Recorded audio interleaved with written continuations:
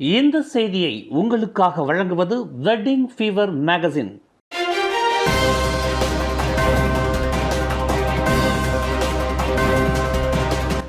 வணக்கம். திசைகளின் 10 மணி செய்திகள். சமுதாயத்தை பிளவுபடுத்தக்கூடிய தவறான தகவல்கள் வேண்டாம். பாஸ் கட்சிக்கு எச்சரிக்கை. பல்வேறு சமூகங்களின் மத்தியில் பிளவுகளையும் பேதங்களையும் தவறான புரிதலையும் ஏற்படுத்தி நிலைமையை மேலும் மோசமாக்குவதற்கு துடிக்கும் பாஸ் கட்சி தனது நடவடிக்கையை உடனடியாக நிறுத்திக் கொள்ள வேண்டும் என்று புட்டாலிங்ஜயா எம்பி லீ சியான் சுங் கேட்டுக் கொண்டுள்ளார்.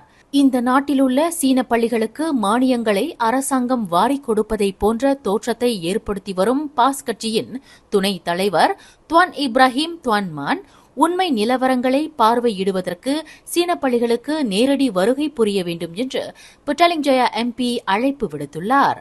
துவான் இப்ராஹிம் சீன பள்ளிக்கு நேரடியாக வருகை புரிந்து உண்மை நிலையை பார்வையிடுவாரேயானால் நாட்டில் சீன கல்வியின் வரலாறு, கல்விக்காக சீன சமூகம் வழங்கி வரும் உற்சாகம் மிகுந்த ஆதரவு, நிதி உதவிகள் மற்றும் பன்முகத்தன்மை வாய்ந்த சீன தேசிய வகை பள்ளிகளின் நிலை, அவற்றின் தோற்றம் குறித்து தம்மால் வரலாற்றுச் சான்றுகளுடன் மிக தெளிவாக விளக்கமளிக்க முடியும் என்று லீ சியான் சுங் குறிப்பிட்டுள்ளார். இந்த நாட்டில் புறநகரங்களில் உள்ள மலாய் பள்ளிகளுடன் ஒப்பிடுகையில் சீன பள்ளிகள் மிக சிறந்த வசதிகளை பெற்றிருக்கின்றன.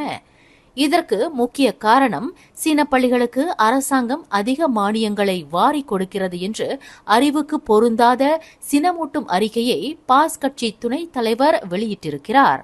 அவரின் இந்த செயல் மலேசிய மக்களிடையே பிளவுகளையும் பேதங்களையும் வெறுப்புணர்வையும் ஏற்படுத்தும் நடவடிக்கையாகும். இதுபோன்று மக்கள் மத்தியில் வெறுப்புணர்வை தூண்டிவிடும் செயலை பாஸ் கட்சி உடனடியாக நிறுத்திக் கொள்ள வேண்டும் என்று லீ சியான் சுங் எச்சரிக்கை விடுத்தார். ஜொஹோர் பொந்தியான் புக்கான் நனாஸ் போலீஸ் நிலையத்தை கும்பல் ஒன்று தாக்கியதைப் போல காணொலி ஒன்று சமூக வலைதளங்களில் பகிரப்பட்டு வருவது பெரும் பரபரப்பை ஏற்படுத்தியுள்ளது. 13 வினாடிகள் ஓடக்கூடிய அந்த காணொலியில் மரக்கட்டை, இரும்பு தடிகளை ஏந்திக் கொண்டு ஆடவர்கள் சிலர் அந்த போலீஸ் நிலையத்திற்குள் நுழைந்து போலீஸ் நிலையத்தை தாக்குவதைப் போல சித்தரிக்கிறது. இது மக்கள் மத்தியில் பெரும் அதிர்ச்சி அலையை ஏற்படுத்தி வரும் வேளையில் அது ஓர் அதிரடி நடவடிக்கைக்கான முன்மாதிரியான பயிற்சி என்று ஜொஹோர் மாநில போலீஸ் தலைவர் கமிஷனர் எம் குமார் விளக்கமளித்தார். போலீஸ் நிலையம் தாக்கப்படும் சம்பவம் மீண்டும் நிகழாமல் இருப்பதை உறுதி செய்வதற்கு அப்படியொரு சாத்தியம் ஏற்படுமானால் போலீசார் மேற்கொள்ள வேண்டிய தற்காப்பு நடவடிக்கைக்கு மாதிரி செயல்முறை விளக்க காட்சியாக அது அமைந்துள்ளது என்று கமிஷனர் குமார் தெளிவுபடுத்தினார். இது ஜொஹோர் போலீஸ் தலைமையகத்தின் கீழ் உள்ள அனைத்து மாவட்ட போலீஸ் தலைமையகங்களிலும் கடந்த ஜூலை 2ஆம் தேதி முதல் ஆகஸ்ட் 5ஆம் தேதி வரை நடைபெற்று வருகின்ற பயிற்சியாகும் என்று அவர் விளக்கமளித்தார்.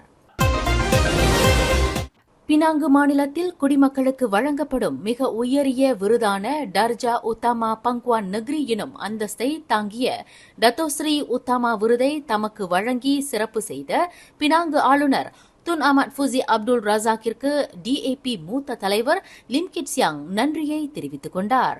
இவ்விருது கிடைக்கப்பெற்றதற்காக மாநில ஆளுநருக்கு நன்றி கூற தாம் கடமைப்பட்டுள்ளதாக 83 வயது லிம் கிட் சியாங் குறிப்பிட்டார். பினாங்கு ஆளுநர் இன்று 142 பிரமுகர்களுக்கு பல்வேறு உயரிய விருதுகளை வழங்கி சிறப்பித்தார். விருது பெற்றவர்கள் பட்டியலில் லிம் கிட் சியாங் முதல் இடத்தை பெற்றுள்ளார். 29 ஆண்டுகள் எதிர்க்கட்சி தலைவராக இருந்தவரான லிம் கிட் சியாங் 1969ஆம் ஆண்டு தொடங்கி 2022ஆம் ஆண்டு வரை 5 மாநிலங்களில் 11 தவணைகளுக்கு நாடாளுமன்ற உறுப்பினராக சேவையாற்றியுள்ளார். கடந்த புதன்கிழமை ஜொஹோர் ஸ்கூடாய் தமான் இம்பியான் அம்மாசில் கார் ஒன்றை போலீஸ் ரோந்து கார் விரட்டிச் சென்றது கடத்தல் சம்பவம் அல்ல என்று ஜொஹோர் பாரு உத்தாரா மாவட்ட போலீஸ் தலைவர் ACP பல்வீர் சிங் மஹிந்தர் சிங் விளக்கமளித்துள்ளார். சந்தேகத்திற்கு இடமாக சம்பந்தப்பட்ட காரை ஆடவர் ஒருவர் ஓட்டிச் சென்றதைக் கண்ட போலீசார் அதனை தடுத்து நிறுத்த முற்பட்டனர். எனினும் அந்த கார் நிறுத்தப்படாததைத் தொடர்ந்து தமான் இம்பியான் உமாசில் தொடங்கி ஜொஹோர் பாரு மாவட்டத்தில் இதர சாலைகள் வாயிலாக அந்த காரை போலீசார் துரத்திச் சென்றதாக பல்வீர் சிங் மஹிந்தர் தெளிவுபடுத்தினார். இச்சம்பவத்தில் போலீஸ் சோதனையில் இருந்து காரை நிறுத்தாமல் சென்ற காதலர்கள் என்று நம்பப்படும் 27 வயது ஆடவரும் 20 வயது பெண்ணும் கைது செய்யப்பட்டதாக அவர் குறிப்பிட்டார். பக்கத்து வீட்டு பெண்மணியின் சமையல் வாசனை தனது வீட்டிற்குள் நுழைந்து விட்டதாக கூறி அந்த வீட்டிற்குள் அத்துமீறி நுழைந்து தகராறு செய்து அப்பெண்ணை கண்மூடித்தனமாக தாக்கிய நபரை போலீசார் கைது செய்துள்ளனர். கடந்த வியாழக்கிழமை இரவு 7:30 மணியளவில் நிகழ்ந்த இச்சம்பவம் தொடர்பில் அந்த பெண்ணின் 48 வயது சகோதரனிடம் இருந்து போலீசார் புகார் பெற்றதாக மலாக்காத்தங்கா மாவட்ட போலீஸ் தலைவர் ஏசிபி கிறிஸ்டோபர் பத்தீட் தெரிவித்தார். இதனைத் தொடர்ந்து மலாக்கா தமன் புர்தாம்ஜயாவைச் சேர்ந்த 63 வயது நபரை இன்று காலை 11:15 மணியளவில் போலீசார் கைது செய்ததாக ஏசிபி கிறிஸ்டோபர் குறிப்பிட்டார். இச்சம்பவத்தில் தனது சகோதரியை அந்த நபர் தாக்கிய போது அதனை தடுக்க சென்ற தம்மையும் அந்த நபர் தாக்கியதாக புகார்தாரர் தெரிவித்துள்ளார். பிடிபட்ட நபர் வாக்குமூலம் பதிவுக்கு பின்னர் போலீஸ் ஜாமீனில் விடுவிக்கப்பட்டுள்ளார். இச்சம்பவம் குற்றவியல் சட்டம் 323வது பிரிவின் கீழ் விசாரணை செய்யப்பட்டு வருவதாக ஏசிபி கிறிஸ்டோபர் தெரிவித்தார். பினாங்கு நிபோங்தபால் ஜலன் கிரியான் கிடாஹ் தமன் ஜாவியில் உள்ள அந்நிய தொழிலாளர்களுக்கான தங்கும் விடுதி ஒன்று இன்று காலை 11:20 மணியளவில் நிகழ்ந்த தீ விபத்தில் முற்றாக அழிந்தது. அந்த தங்கும் விடுதியின் கட்டடத்தின் அமைப்பு முறை முழுமையாக சரிந்ததாக பினாங்கு மாநில தீயணைப்பு மீட்புப் படை இலாகா தெரிவித்தது. அதில் தங்கியிருந்த 20க்கும் மேற்பட்ட அந்நிய தொழிலாளர்கள் வேலைக்கு சென்றிருந்த வேளையில் இத்தீ விபத்து ஏற்பட்டுள்ளது. இதில் யாரும் காயமடையவில்லை என்பது உறுதி செய்யப்பட்டுள்ளதாக அதன் பேச்சாளர் தெரிவித்தார்.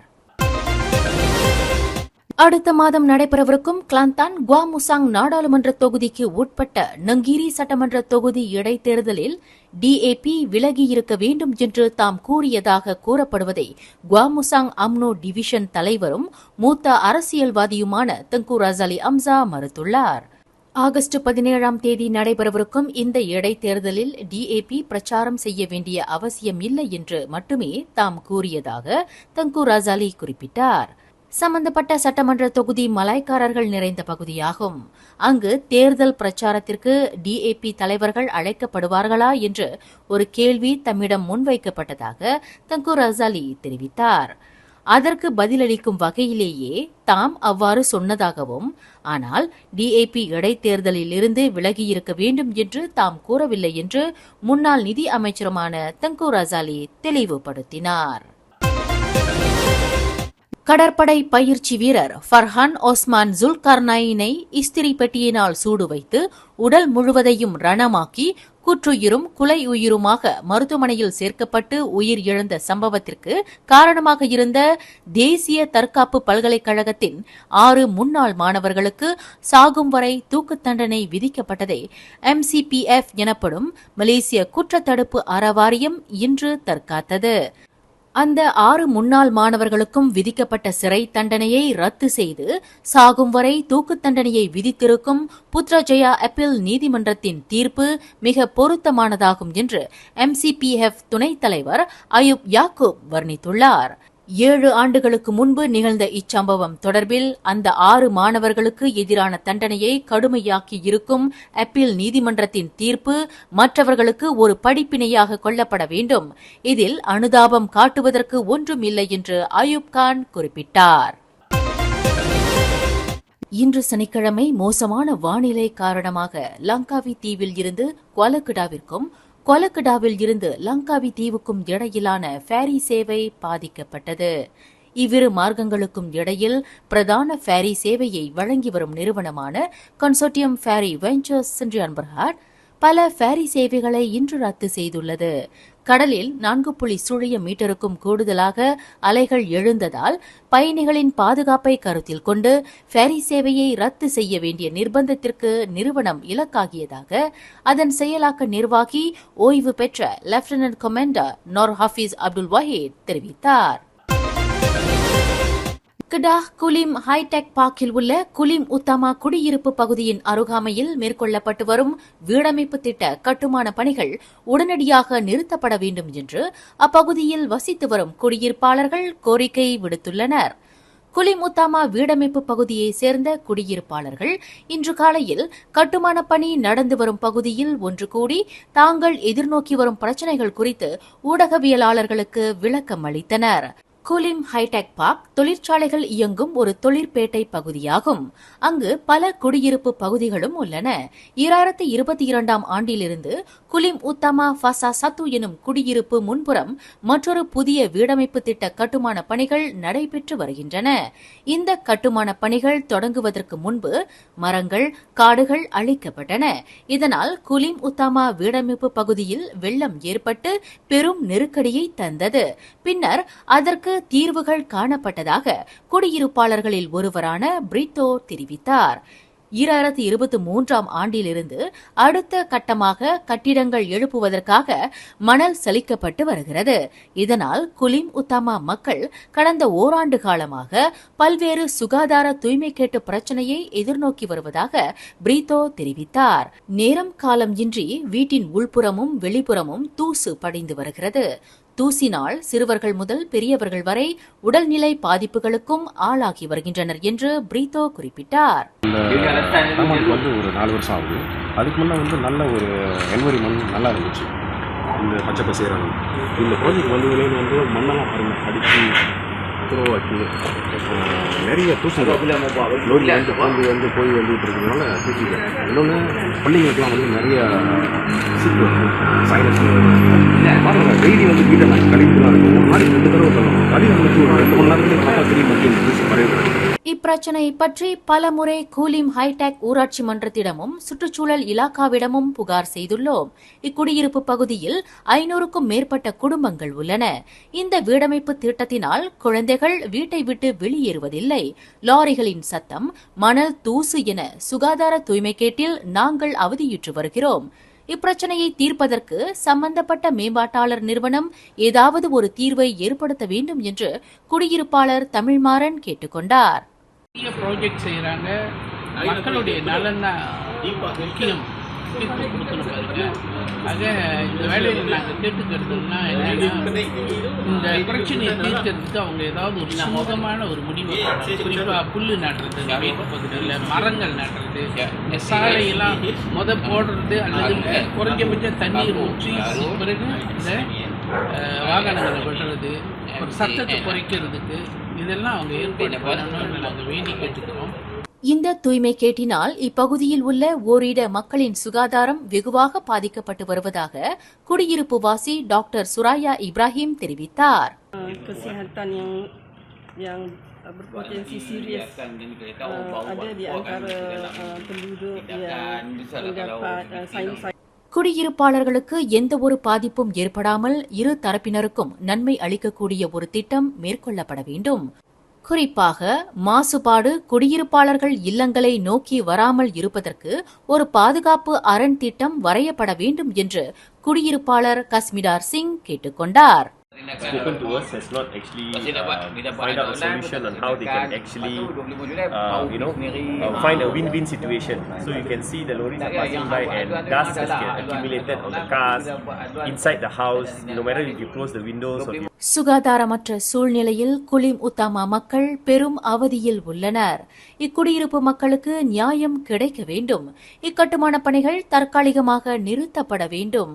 இதற்கு சம்பந்தப்பட்ட மேம்பாட்டாளர் நிறுவனம் குலிம் உத்தமா குடியிருப்பாளர்களுடன் பேச்சுவார்த்தை நடத்த முன்வர வேண்டும். அந்த பேச்சுவார்த்தையில் காணப்படக்கூடிய தீர்வுக்கு பிறகே கட்டுமான பணிகள் மீண்டும் தொடங்குவதற்கு அனுமதிக்கப்பட வேண்டும் என்று குடியிருப்பாளர்கள் அனைவரும் ஒரு சேர கோரிக்கை விடுத்துள்ளனர். பஹாங் ஜலன் லஞ்சாங் மந்தாக்காப் சாலையில் தமர்லோ அருகில் இன்று பிற்பகல் 12:40 மணியளவில் 2 வாகனங்கள் மோதிக்கொண்ட கோர விபத்தில் 2 உயிர் இழந்தனர். இதர 5 காயமுற்றனர். இதில் trailer லாரியும் Toyota Hilux 4-wheel drive வாகனமும் எதிரும் புதிருமாக மோதிக்கொண்டதாக பஹாங் மாநில தீயணைப்பு மீட்புப்படை பொது உறவு அதிகாரி ஜுல்ஃபடில் ஜக்காரியா தெரிவித்தார். ட்ரெய்லர் லாரி மோதி உருக்குலைந்த ஹைலாக்ஸ் வாகனத்தில் 2 இடிபாடுகளுக்கு இடையில் சிக்கி சம்பவ இடத்திலேயே மாண்ட வேளையில் இதர 5 மீட்கப்பட்டு தமர்லோ சுல்தான் ஹஜி அஹமத் ஷா மருத்துவமனைக்கு கொண்டு செல்லப்பட்டதாக ஜுல்ஃபடில் ஜக்காரியா குறிப்பிட்டார். வயது குறைந்த பெண்ணை தன்னுடன் அழைத்துக் கொண்டு ஓடிய 20 வயது இளைஞரின் தடுப்பு காவலை போலீசார் நீடித்துள்ளதாக ஸ்லாங்கூர் மாநில போலீஸ் தலைவர் டத்தோ உசேன் ஓமார் கான் தெரிவித்தார். அந்த நபருக்கான தடுப்பு காவல் வரும் ஆகஸ்ட் 3ஆம் தேதி வரை நீட்டிக்கப்பட்டுள்ளதாக அவர் குறிப்பிட்டார். 17 வயதுடைய அந்த இளம்பெண் காணாதது குறித்து கடந்த ஜூலை 24ஆம் தேதி உலுஸ்லாங்கோர் மாவட்ட போலீசார் அந்த பெண்ணின் தந்தையிடம் இருந்து புகார் பெற்றனர். அந்த புகாரை அடிப்படையாக கொண்டு தேடல் நடவடிக்கை முடுக்கிவிடப்பட்ட போது அந்த பெண் பஹாங் த்ரியாங்கில் உள்ள அந்த இளைஞரின் உறவுக்காரரின் வீட்டில் இருப்பது கண்டுபிடிக்கப்பட்டதாக டாக்டர் உசேன் ஒமார் தெரிவித்தார். மேலும் செய்திகளை தெரிந்து கொள்ள கீழே இருக்கும் பெல் பட்டனை அழுத்துங்கள். உங்கள் மகிழ்ச்சியை வெளிப்படுத்த லைக் மற்றும் ஷேர் செய்யுங்கள். தொடர்ந்து திசைகளோடு இணைந்திருக்க சப்ஸ்கிரைப்